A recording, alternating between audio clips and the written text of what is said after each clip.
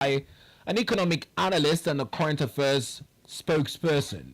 Dr. Aliyu Ilias joins us virtually from the nation's capital this morning. Hello, Doctor. Good morning to you. Good morning and thank you for having me. It's a pleasure to have you join us on the show. Now, let's begin with one of the top issues in the news this morning. A lot of Nigerians have been crying foul over the operations of the NNPCL, and this morning, a couple of dailies have highlighted the Senate's decision to probe the NNPCL over unremitted taxes and withheld sums. This will not be the first time. Are you optimistic that this probe would yield any results from the different probes that have been held by the legislative arm of government over time on the activities of the NNPCL?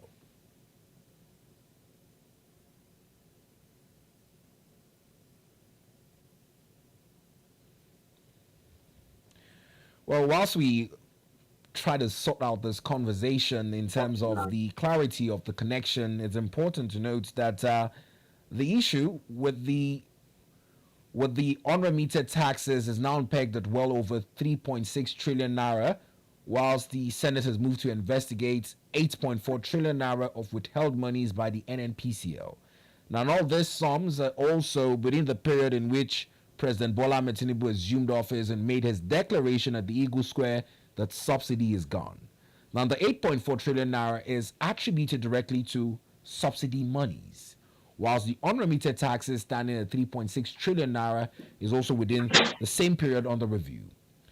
Now, and we'd also look to see if we can reconnect to Dr. Aliyu in a bit, but whilst the Red Chambers has moved to probe the NNPCL, over time the debates on persons summoned to the probe who choose not to attend to this probe have also been a top issue of debates. Now, the activities of the NNPCL and with the report of the IMF in view, also suggesting that this probe is long overdue. Many Nigerians are unsatisfied with the level of transparency in the NNPCL. At this point in time, the 10th Senate has the odds to write history and redeem the confidence of Nigeria in the legislative arm to be the people's parliament.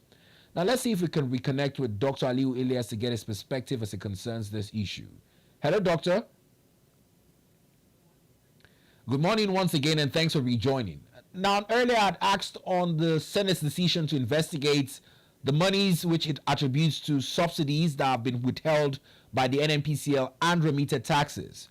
Are you optimistic that this probe would yield the much intended results to redeem the confidence of Nigerians in the People's Parliament?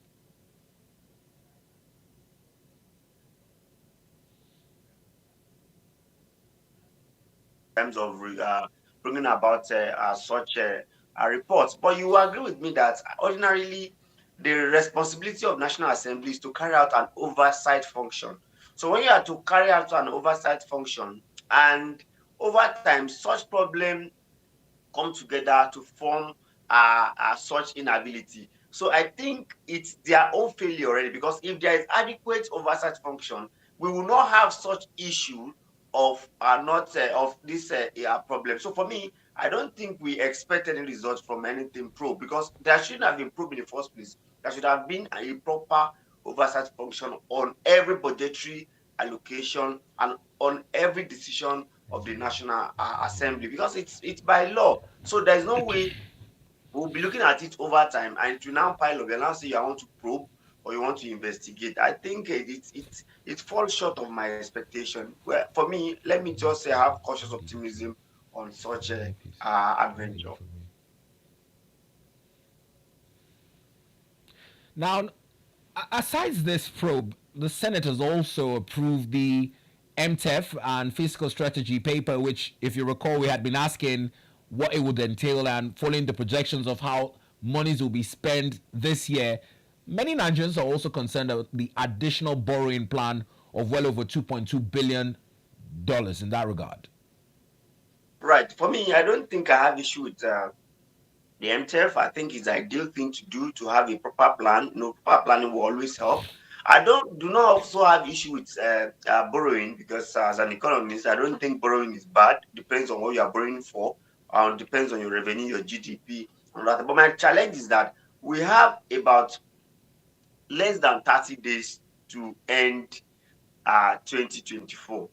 Right. And you are going to borrow for 2024 budget. So for me, I think it's too late to come with that.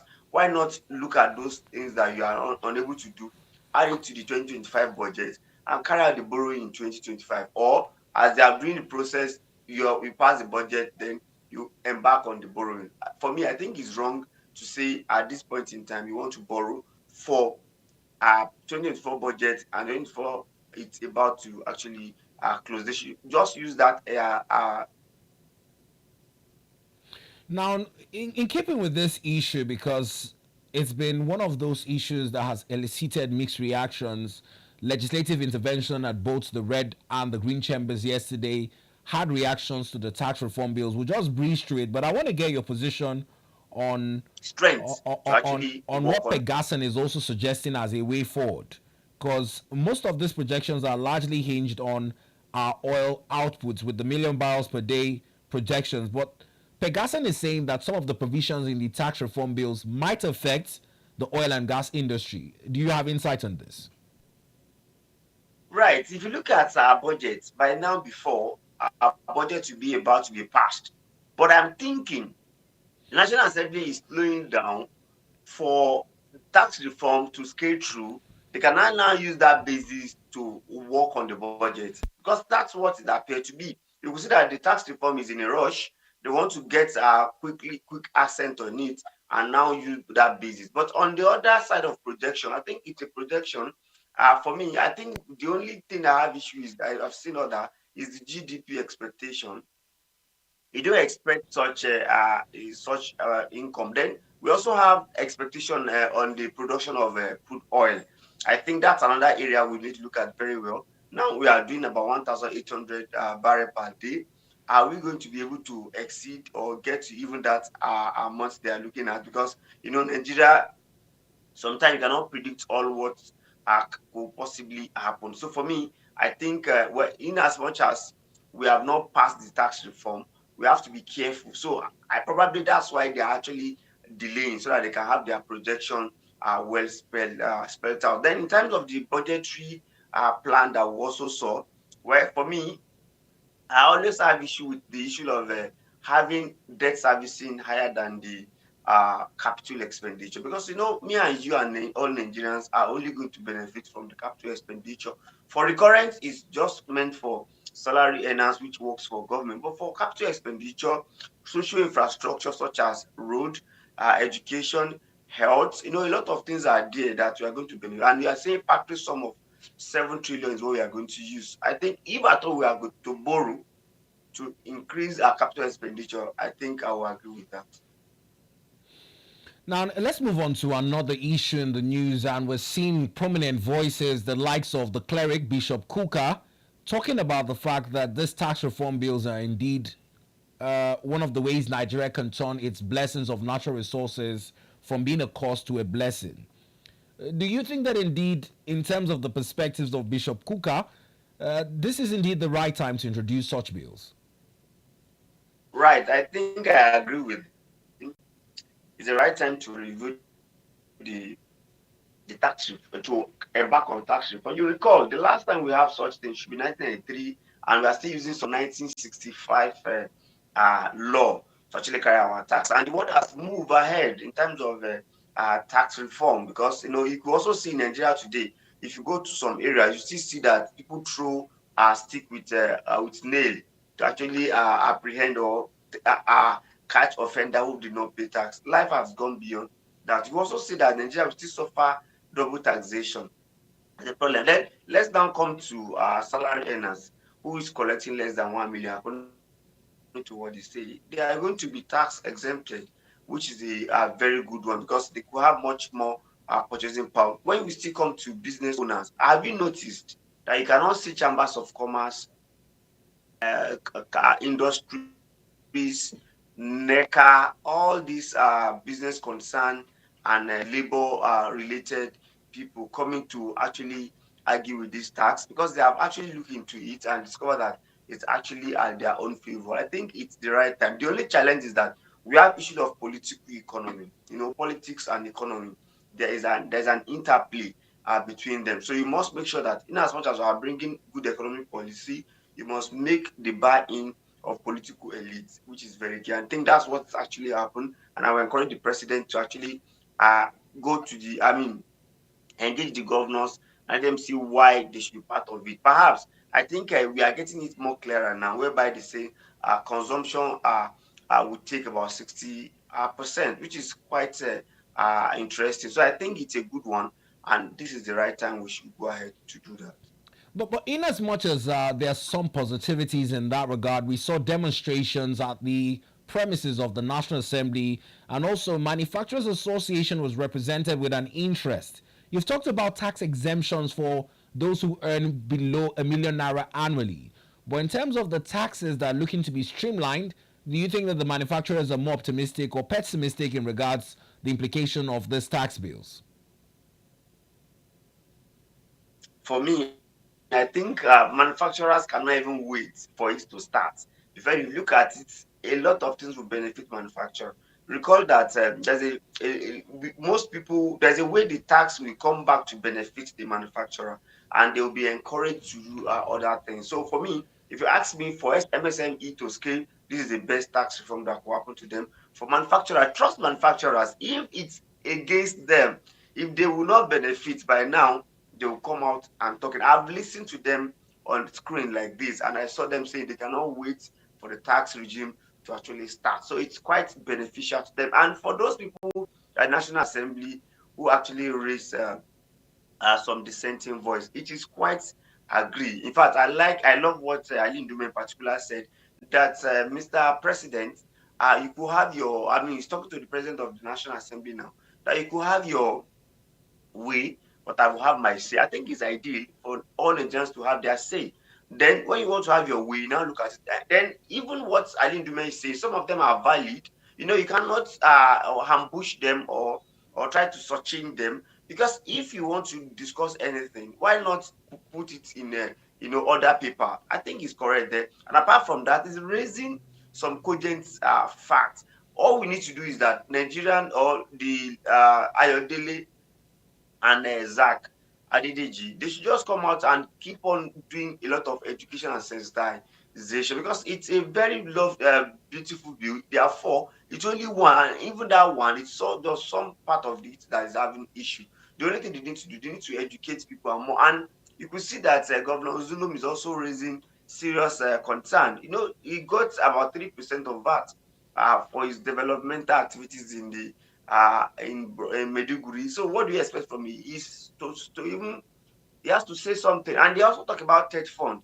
People are raising concern. It is now they are clearing it, that they are not saying that they shouldn't fund university infrastructure, but there's other way they can do. So I think there is need for more education. Reform doesn't come easy. We must take our time to educate people. Perhaps if they say the bill is in a hurry, you agree with me that if I thought it's a good one, it's still in a hurry. But be that as it may, let us have it and let us move on to next line of action. Now, on the third point of our issues in the news, the presidency now is captured by some newspapers as saying it has bowed to pressure. Now, whilst the president has also instructed the Ministry of Justice to work on some concerns in the tax bills, there's also citations that certain MDAs would not be scrapped, as was suggested in some of the contents of the bills. Can you help us better inform our viewers on these positions? Right. I think what Nigeria, they want to have a bill that will say Nigerian Revenue Service. Now, if they have Nigerian Revenue Service, what they're just trying to say is that some MDAs will not be able to actually collect money directly to their coffers. What they're saying is that there's what's called Tax Pro, I think developed by FIRS, whereby anywhere, any day, anywhere you are, even for custom payments, you can just go to online, right? And just pay through it. You now put your location, what you are paying for, so that it will be able to actually identify who we are paying for, why you are paying, and they will harmonize. I think the MDA don't have reason to fear. All they need to do is also they want to harmonize the collection, and it is when we harmonize it that we can really kill corruption and also integrate a lot of benefits there. So I don't think there's going to be scrapping of any MDAs. If I thought they talk about, I think another MDA that maybe we're talking about is State Fund, NITDA and NASENI. So what they're actually trying to say is that these three agencies have their money be collected from VAT. right? They're now saying that before between now and 2030, they will take their time to be reducing what they are collecting, while federal government will look for alternative. It can be budgetarily fund directly. They can come into our budget and say, okay, every year we have budget for you, in a place of saying collect from VAT. So I don't think there's any fear for them. They will still remain, but their source of funding may be different. Now let's also look at one of the ways some of these taxes have been used. For the FIRS, President Bola Ahmed Tinubu envisioned the student loan fund, and he said that a percentage of the annual collectible revenue would be used to fund the students loan fund. And now TETFUND has also been tied to some of those revenue collections. But with this rejigging, particularly the change of nomenclature, is it that there's also going to be a change in the percentage of funding, or how would they go about this envisioned student loan scheme by President Bola Ahmed Tinubu? Right. I do not really have privy to how they were going to have a student loan paid, but I think it can be captured in our budget. It's as simple as that. When you have more income in your budget, you can actually earmark a particular amount, and it will now go through the National Assembly for approval, which is a good one. If you are saying some percentage and you are bringing every percentage into VAT, I don't think it's even ideal. So I think there is no fear for student loan. It will be captured in a budgetary allocation, which is far better. Even the TED fund can be captured, NASENI can be captured, NITDA can be captured. So they can all be captured in Nigerian budget proper if they are not getting from VAT. Remember, even with this style now, I think Nigeria will have more money because VAT will be much more harmonized. It will be much more bigger. It's supposed to be like, if you go to other country, their tax is one of their major income. So I think there is no fear for them. They can always be captured in the other budgetary allocation. Now, Doctor, in going forward, let's just cite there are two newspapers coming in that have two headlines that still speak on this tax bill. So, for the benefit of our viewers at home, we'll look at those newspapers coming in now. The leadership newspapers coming. We also have This Day coming in as well. Let's look at the headlines on the leadership, and then we'll come to This Day. It's still in perspective with the tax reform bills. The leadership newspaper this morning says pressure mounts over tax reform bills. Kano Assembly rejects bills, passes resolution. Zulum advocates wider consultation. No provision to impoverish not, says Presidency. Insists TETFUND NASENI NITDA would not be scrapped. Now, above that, you have minimum wage. NLC draws battle with 6 states. EFCC makes single largest assets recovery till date. Now, let's leave the front page of the leadership and go over to This Day newspaper as well. On This Day newspaper, there are two stories, both on the tax reform bill. The first, beneath the masthead, says Oyedele, we would not withdraw tax reform bills. Committee ready to re-engage stakeholders. Dogara, Nigerians should remove cap of regionalism, religion. Presidency, no provisions will impoverish not in tax bill. Says proposed legislation did not recommend scrapping. TETFUND NASENI. Tinubu welcomes public debates generated by proposed law. Like PIA, NAS will pass bill, Sarake Diskin declares. Now, Doctor, I haven't looked at both of these newspapers. It's also on the position that it seems as though the Presidential Committee on Fiscal Policy and Tax Reforms, as chaired by Mr. Taiwo Oyedele, is saying despite these widened consultations, their mind is made up. The bill would not be withdrawn. How much does this leave for the room for a public debate in terms of a referendum on this bill? Right. I think in such bill, it's only because it's an executive bill. That's why we have much more issues. So on a normal circumstance, when you bring about bill, the next thing is for to allow the bill to go through public hearing. So during the public hearing, everyone bring their own perspective, bring their own idea of it, and by so doing, there will be solution. So I think they should subject this bill to public hearing. When we subject it to public hearing, I encourage Taiwo Oyedele Zakadi and the president himself to personally engage some governors who have concern and let them see why and the benefit therein for them. I think that's all what we need to do to educate people. For me, I've gone through the bill. I think the bill meant well, provided they adjust the consumption tax from 20% to 60%. I think that's the fear because the initial fear was that how do we say every income, I mean, every VAT to the derivative where the headquarters is located, which is not good because if you do that, it's only three states that will going to benefit: Rivers, Ogun State, and Lagos State. But from what they have, the way they have done it now, even from 80% that maybe Lagos is benefiting, it might go to 15%, and other states will also have opportunity of benefiting more. For me, overall, having seen the analysis and what have you, I think it's a good one for them. We only need to negotiate better if we think. Then those people that are actually saying they should hold the bill, they should delay the bill, I think it is high time for them to bring alternative. When you say this bill is bad, can you please present alternative for Nigerians? Okay, this 60% for consumption, we want 70, we want 75, we want 60. This would have made the discussion much more robust and there'll be quick solutions. Now, the former Speaker of the House of Representatives, Honorable Yakubu Dogara, has also made his position known on this bill, and he has asked that the issue of regionalism and religion be thrown away. He says the northern governors who were complaining before now should look on the bright side as they stand to gain as much as $25 billion from the livestock sector, especially with the coming on board of the Ministry of Livestock.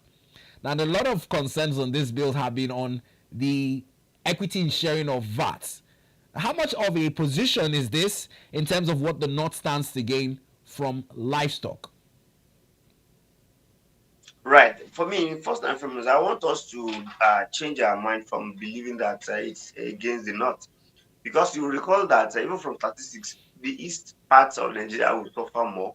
And you also see that Governor Sheyi Makinde has also came out to actually uh, uh, hear his view. I think he was representing the governors. So the thing is, let's all stop looking at it from regional perspective. We can look at it holistically. And I want the North to bring a proposal. This is what we actually want. It's very key. Then on the issue of Dogara, I think every state have one comparative advantage or the other.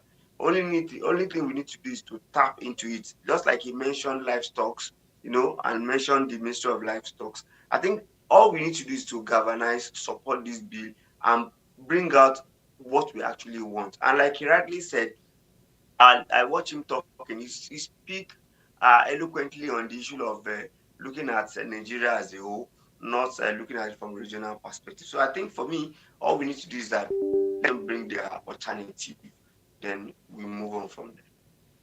Now, in moving on, let's also look at another issue that has been banded on social media. Now, the Central Bank of Nigeria, following the Emefiele Gate, has come under much scrutiny, and we saw some publications talking about the mass retirement of over 1,000 CBN staff. There's also been 50 billion naira earmarked to settle them in that retirement, but it's been halted by the House of Representatives that is calling on a probe, saying that the livelihoods of such families are threatened when you look at the economic realities of the times we're in. What do you make about this probe by the House of Reps into the CBN's operations with this mass retirement that has been purportedly ongoing? I think it's a welcome development. Honestly, when I saw it, I was wondering how can you say you want to sack somebody who worked for public civil servant at that you want to sack about 1,000 and give them 50 bill. I think it's not justified. You cannot just cut short their working lifespan just like that.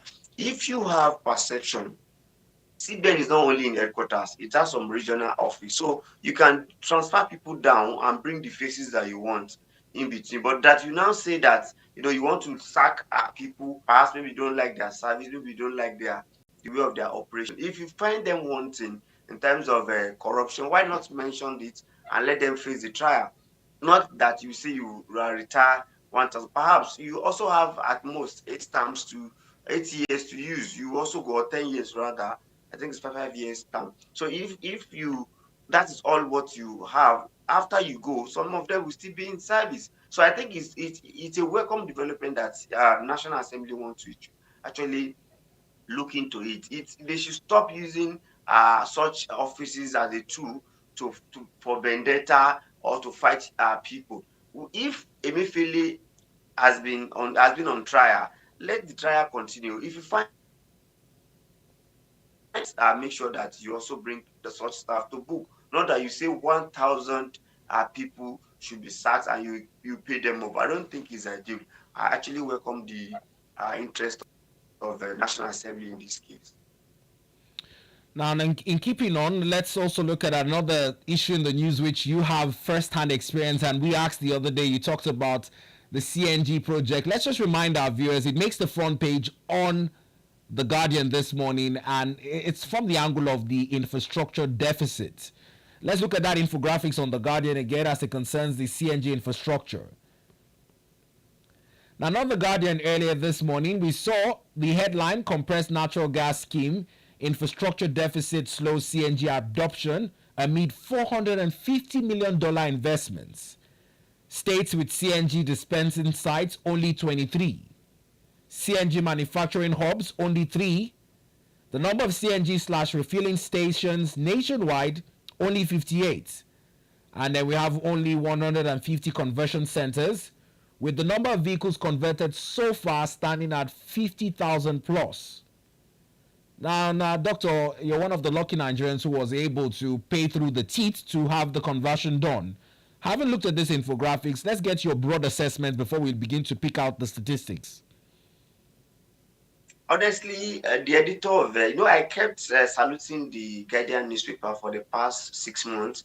They always come with infographics to explain things, and they really got this one right. That's our concern. As a user of CNG, I can tell you that most of us have actually abandoned using CNG. You know why? Because we have to plan to trade off 3 hours, 2 hours to go and queue to actually buy the CNG gas. And what is the reason? The reason is that we have more car converted and we have less refilling centers. Let me give you a good example of Abuja.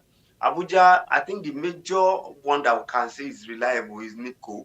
And that NIPCO there we also have issue because Dangote is also struggling. Is also there competing with us with his truck. Whereby a truck will buy what 25 vehicle possibly buy. Then we have NNPCL that about 5 or 6 of them actually have. They don't actually have pressure. That's what we call pressure in CNG, whereby you're supposed to buy 12, they'll be giving you 2, 1.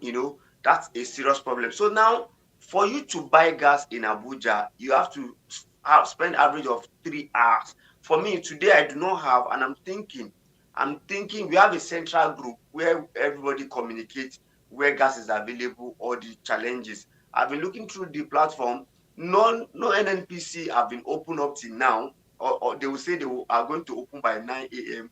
and close me by 4 or 5, whereby NIPCO starts at around 6 a.m. and close around 10:30. So these are the problems we are facing. So to buy gas now, it's a problem. In fact, a lot of cars have converted, but to buy, I can tell you, many people even around us that have bought, they don't even try to go there because if you have expended 3 hours on the queue, what remains for you in the day? So it's a serious issue, and I think government must come on board to solve the problem on time because people kept converting. You can even see federal government in FCT, for instance, are saying, in fact, they're launching buses. I was asking myself, where are they going to buy the gas? Are they going to join us in this queue? That means our queue will extend from 2 hours to maybe 4 to 5 hours. It's quite challenging, I must tell you. Now, with the level of CNG debates, there's also been an issue that has gone viral. Accompanying some of the entourage of Mr. President on a foreign trip, there were a number of influencers, particularly the famous Nigerian singer Two-Face Idibia, alongside comedian Basket Mouth, were criticized by Nigerians for having gone out of the country to somewhat blow the trumpet of the government on the CNG initiative despite this deficit in infrastructure. Do you see reasons why Nigerians might be angry with those persons who are now being tagged CNG ambassadors? Right. I don't think there's need for us to be angry at them. They are business people who are advertising to actually get their own ends meet. So that's number one. And number two, I think the acceptability is still low. If at all we have infrastructure deficit, the government still need to come up with different initiatives to convince people that it is safe, it is cheaper, and the only thing they cannot tell us is that the availability. So for me, I think Two-Face Basket Mart, they are doing their own businesses, getting there. I'm sure they're not doing it for free. For me, I would have been an ambassador on my own without even being consulted if we actually have a CNG uh, gas refilling stations in abundance. Right, that's just the problem. In terms of conversion, and also conversion is very expensive. I must tell you, I converted at 900,000. It doesn't come easy, like rightly mentioned. It's not easy at all. But having converted, if it is available, because let me explain why we have issue of refilling. CNG, as it were, you cannot have a lot of, if you want to buy fuel now, you can buy a fuel that you can use for a week, right? Like 60 liter. But in CNG, you cannot buy such. You can only buy small CNG that you could use. For those that use for Bolt or Uber, within 2 hours, 3 hours, they have exhausted. They have to go and queue again. So they can even queue like 4 times in a day. For some of us that would actually use it for maybe normal work and at home, come to work and at home, we cannot use it more than 2 days, at most 2 days, because by the time you go, and depends on where you stay. For instance, someone who stays in Kuje will use his own finish in a day, right? Kuje to Central area and go back, it will finish. So, but if we have it, abundance that you can easily go into the station, get it, that would have solved the problem. So we have serious deficit for refilling station. We are too many to have little refilling station. Now, in moving on, sir, let's pick up another newspaper coming in. We'll look at the Standard Times first before we look at the Nigerian News Direct and get your thoughts on it. On the Standard Times this morning, the headline story is on why EFCC is refusing to reveal the identity of the owner of the seized 753 duplexes in Abuja. That's the headline on the Standard Times. Let's also pick up the Nigerian News Direct and look at its headline. On the Nigerian News Direct, the headline reads, Eurobond issuance oversubscribed by $9 billion as Nigeria returns to international capital market to use proceeds to finance 2025 budget needs. Doctor, let's look at the first one that we saw on the Standard Times. A lot of questions are being asked as to why Nigerians do not deserve to know the identity of the owner of one of the largest seizures in the EFCC's history up until date. Do you see any logic Well, as to why the EFCC let might me be speak. concealing the identity of the owner? Let me speak for Nigeria on the streets. If you catch a Yahoo boy, you parade him and he will hold a placard with his name and everything. If you hold somebody who actually steals something, you hold. So why this big thief? You cannot show this big thief and tell us this big thief name. That's a problem. That means even the EFCC is trying to shield this person. If you ask me, though they may say it's a product of law, that it is law that actually declared the forfeiture maybe by a court or whatever, but it's quite clear that this person has actually, so those people that they will actually show their name, write their name, or even NDLE, they will write their name and all those things. Have they tried them before they now said before they now decide to put their name? So I think it's important that EFCC should change their way and declare the name of that person. Perhaps I'm sure maybe the majority of Nigeria would have even known the person, because I could see a tweet from Showore who said he insinuates and give us the person that actually have that. But that is quite a huge. But I don't think this one is the highest we could see. Maybe perhaps other thieves has not been caught. People have more than that through the process of corruption. Now, in keeping with some calls from Nigerians on the way the EFCC is going about its activities, and much like you've said, there should be uniformity. It doesn't matter if you're caught in financial crimes or if you're a retired public office holder who is also indicted for some fraud allegations, you should be treated the same way. The EFCC also had made some comments about ensuring that it prosecutes the former Kogi state governor, and many questioned it as though the EFCC chairman had a personal vendetta. Do you think that with comments like that, the EFCC would now be seen in light of going after persons who probably have a personal vendetta to settle? Right. I think we must say this as a Nigerian. Over time, we've seen that EFC is somehow a tool on the hand of a federal government to try who they think they should try. Because if you look at even the issue of Yaya, remember the EFC man actually came out and said he will make sure that he sees to the end of the issue, which he doesn't have the power. Remember that EFCC will only arrest him and take him to court. Court is the final arbiter. It is court that will say, yeah, yeah, you are guilty, yeah, yeah, you are not guilty. And that's what we are actually waiting for. So you have to stop parading themselves as if they will be the complainant and they also be the prosecutor.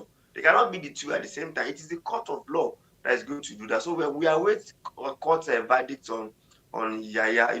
Court will declare if he's guilty, if he's not guilty. Perhaps he has pleaded not guilty. So until they hear the case. Now, the other angle in the news as we look to close is the Euro bonds that have now been reportedly oversubscribed by $9 billion, and the proceeds are looking to be added to the 2025 budget funding. In perspective of the econometrics as it concerns this, care to help us understand this issue better? Well, the fact is, I don't think it's bad to borrow, like I always say. In fact, for me, if you ask me, I think we should borrow big and solve our problem. Let me give you an example. We have housing deficit, and they said it's 5 trillion problem. I want government to find a way to get the 5 trillion and solve the housing problem. They said our road infrastructure is 7 trillion problem. Why not get the money? Because if you look at the America, China, Japan, this best economy in the world, they owe and they are owing very big. They borrow very big. So that's all. But the thing is, Eurobond is a good alternative. But what is the interest rate? Most people go to IMF and Bretton Woods institution rather to work because of the percentage at which you are going to run and the time you are going to pay back the loan. Will this capital market that are we going to be able to pay as and when due? Is it not going to have interest rate that is higher than what we have been doing before? That is just a question. But for them going there, it's not bad. For them borrowing, it's not bad. It depends on what they are borrowing. Perhaps, like I said earlier, they should have not borrowed this year again and shift it to next year. So for Europe, for them to go to Eurobond, I don't think it's bad. Depends on what we want to use the money to do. Well, Doctor, we must thank you for lending us your time to discuss these issues in the news this morning. We appreciate you. Thank you for having me.